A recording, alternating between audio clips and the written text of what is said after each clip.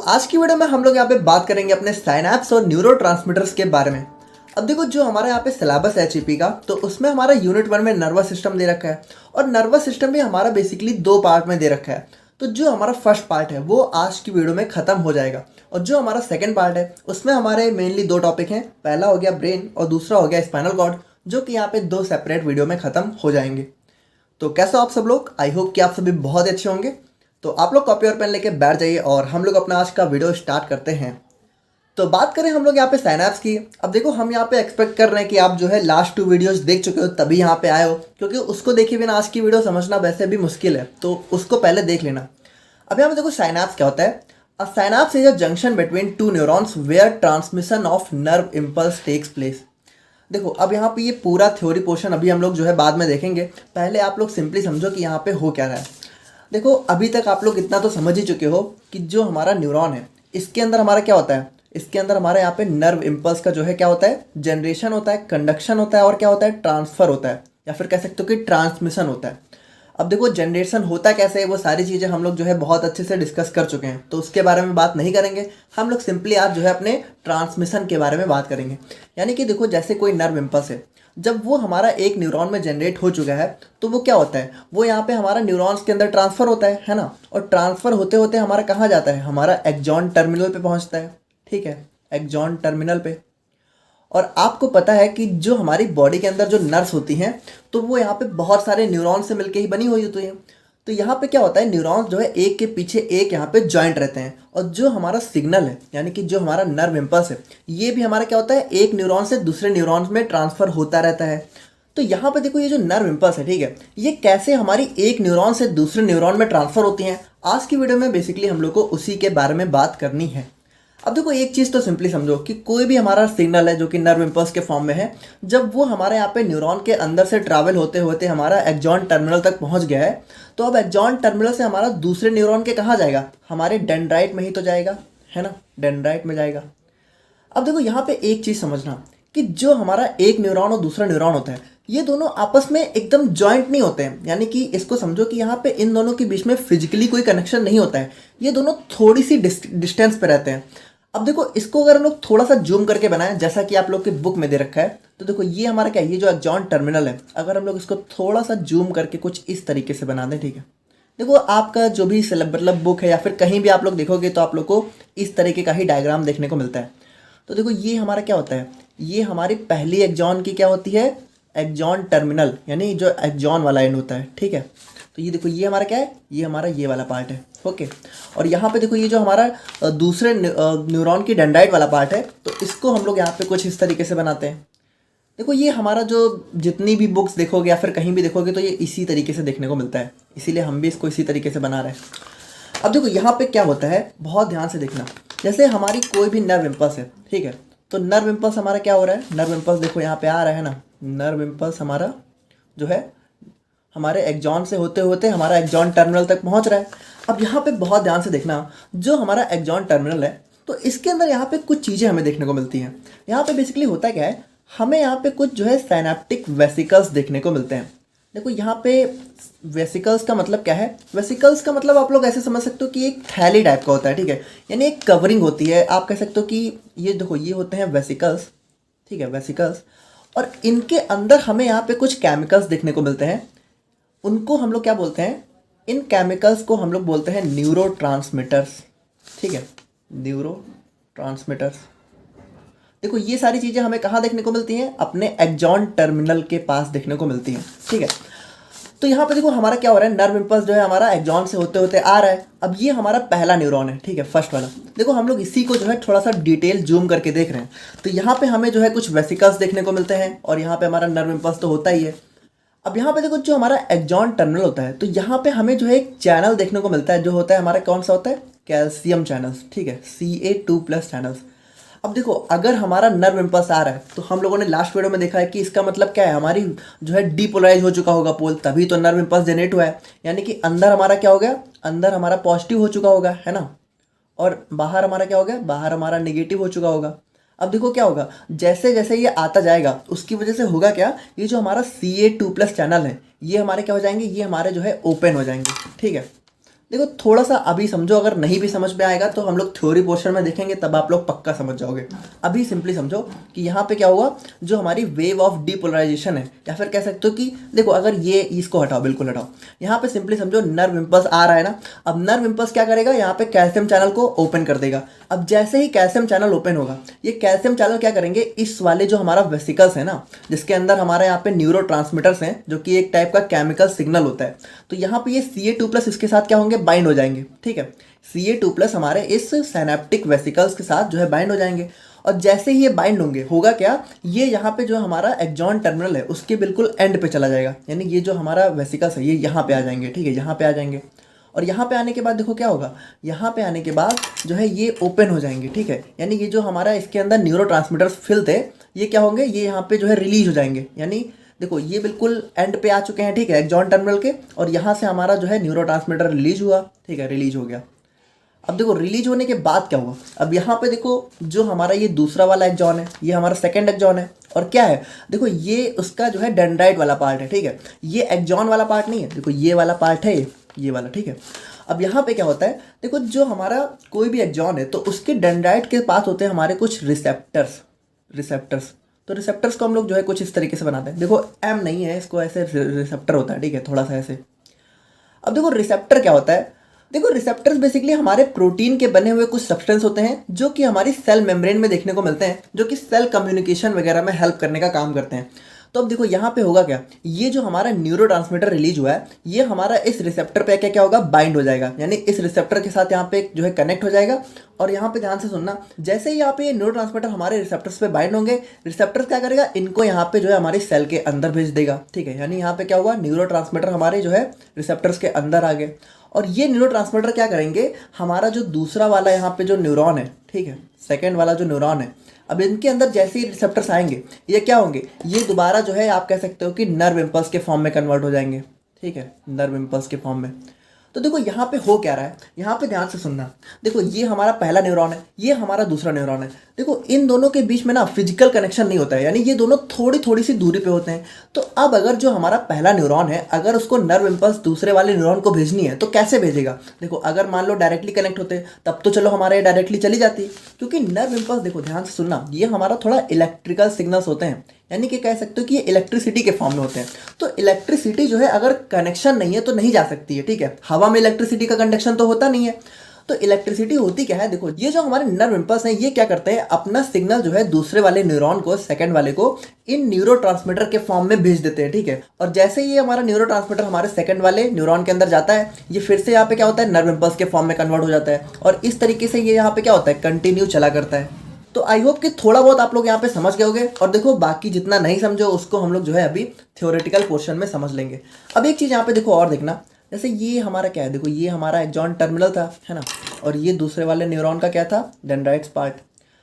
अब देखो ये हमारा जो कि देखो ये हमारा फर्स्ट न्यूरॉन है ना, ये पहला वाला न्यूरॉन है, तो इसको हम लोग क्या बोल देते हैं, इसको हम लोग बोल देते हैं प्री साइनेप्टिक न्यूरॉन। ठीक है, प्री साइनेप्टिक न्यूरॉन या फिर टर्मिनल बोल देते हैं, तो यहाँ पे हम लोग प्री साइनेप्टिक न्यूरॉन बोल देते हैं। ठीक है, प्री साइनेप्टिक न्यूरॉन या प्री साइनेप्टिक टर्मिनल कुछ भी बोल सकते हो। और देखो चूंकि ये हमारा बाद वाला है तो इसको हम लोग क्या बोल देते हैं, पोस्ट। देखो प्री मतलब पहले और बाद वाला पोस्ट मतलब क्या होता है, बाद में, तो इसको हम लोग बोल देते हैं पोस्ट साइनेप्टिक न्यूरॉन। ठीक है, और यहाँ पे जो हमारा देखो इन दोनों के बीच में जो स्पेस होता है, इसको हम लोग क्या बोलते हैं, इसको हम लोग नाम देते हैं साइनेप्टिक क्लेफ्ट। क्या बोल देते हैं, साइनेप्टिक क्लेफ्ट। तो बस इतना सारा हमारा कंसेप्ट था। अब अगर आप लोग थोड़ा बहुत समझ गए हो तो बहुत अच्छी बात है, नहीं समझे हो तो अब यहाँ पे इस वाले थ्योरी पोर्शन में समझ जाओगे। तो देखो साइनैप्स हमारा क्या होता है, a synapse is a junction between two neurons where transmission of nerve impulse takes place. यानी कि ये दो न्यूरॉन के बीच का जंक्शन होता है, जहां से क्या होता है, हमारे न्यूरॉन्स का ट्रांसमिशन होता है एक न्यूरॉन से दूसरे न्यूरॉन के बीच में। Now synapse allow communication between two neurons and other sales through the use of neuro. तो यहाँ पे देखो हमारा जो कम्युनिकेशन है वो कैसे होता है, न्यूरो के थ्रू होता है। यानी यही हमारे जो है क्या होते हैं, रिलीज होते हैं और दूसरे न्यूरॉन के रिसेप्टर पे जाके बाइंड होते हैं, और वहां से हमारा फिर से नर्व इम्पल्स के फॉर्म में कन्वर्ट हो जाते हैं। ठीक है, now generally this junction is formed between axon terminal of one neuron and the dendrite of another neuron. तो यहाँ पे देखो हम लोग को पता है कि पहला न्यूरॉन का क्या होता है, एक्सॉन टर्मिनल, और दूसरे न्यूरॉन का क्या होता है, डेंड्राइट होता है ना। Neurotransmitter transmit signals from pre synaptic neuron to post synaptic neuron. तो हमें पता है कि प्री वाले से पोस्ट वाले में ही तो सिग्नल जाता है। देखो सिग्नल कुछ इस तरीके से ही जाता है ना। अब देखो यहाँ पे जो हमारा साइनैप्स है ना, इसको हम लोग जो है दो तरीके से क्लासीफाई कर सकते हैं। पहला हो गया हमारे यहाँ पे केमिकल साइनैप्स, जिसको हम लोगों ने अभी देखा है, और दूसरा होता है हमारे यहाँ पे इलेक्ट्रिकल साइनैप्स। अब देखो इलेक्ट्रिकल यहाँ पे बहुत रेयरली ही देखने को मिलता है, बट दोनों के बारे में ही हम लोग यहाँ पे डिटेल में बात कर लेंगे, ठीक है। तो सबसे पहले बात करें हम लोग यहाँ पे अपने केमिकल साइनैप्स के बारे में, तो देखो ये बिल्कुल वही है जो हम लोगों ने अभी देखा। A chemical synapse is a junction between two neurons through which signals are transmitted by the release of chemical neurotransmitters.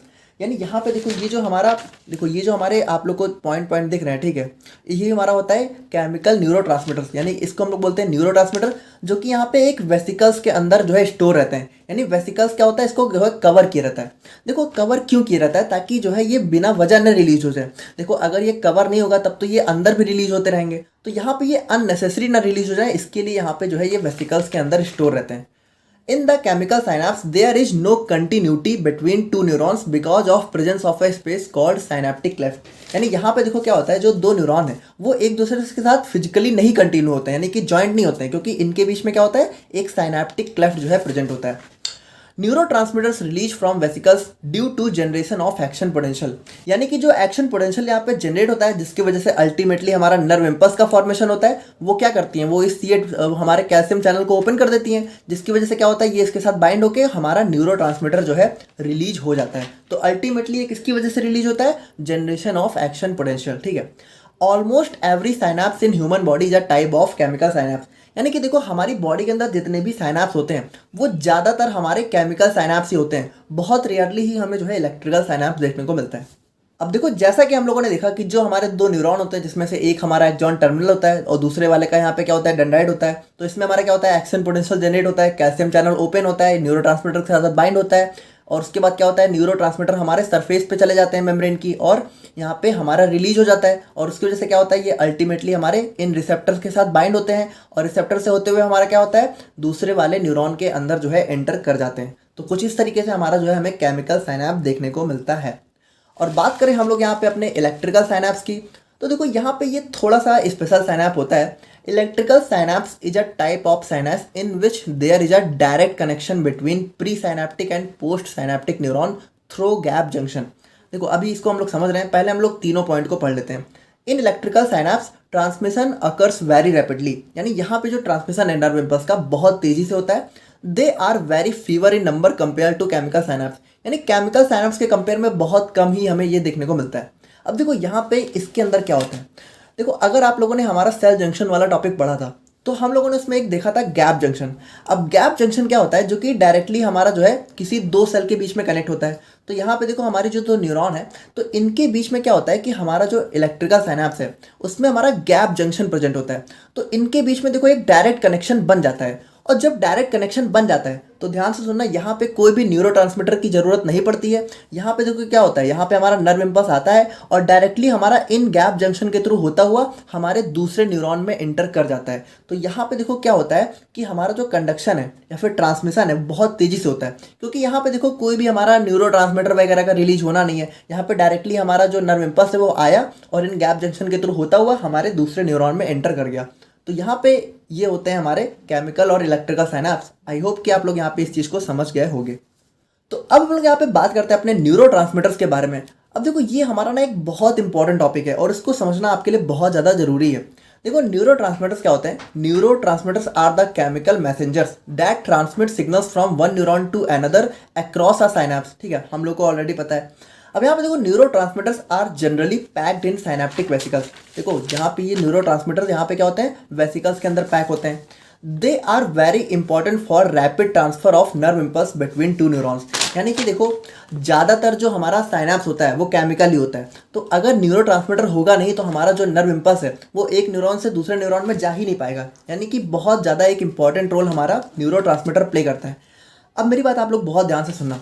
देखो जो हमारी बॉडी है ना, उसमें बहुत अलग अलग तरीके के न्यूरोट्रांसमीटर हमें देखने को मिलते हैं। और ये जो हमारे न्यूरोट्रांसमीटर है ना, यही हमारे, आप कह सकते हो कि हमारे मूड को यही डिसाइड करते हैं। यानी कि जब कभी कभी हम लोग बहुत अच्छा फील करते हैं तो वो भी हमारा न्यूरोट्रांसमीटर की वजह से होता है।